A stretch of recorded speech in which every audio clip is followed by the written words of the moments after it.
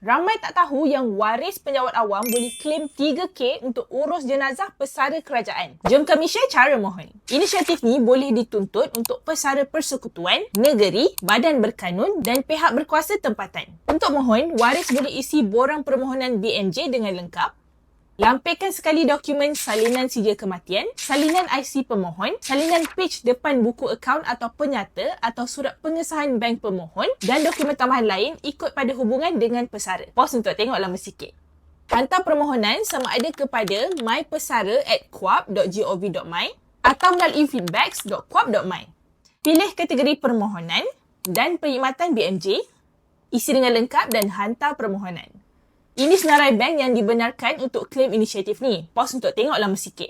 Take note yang anda kena kemukakan permohonan dalam tempoh 12 bulan dari tarikh kematian pesara. Share dan repost video ni supaya lagi ramai penjawat awam boleh tahu juga. Isandra dah explain, jangan lupa follow.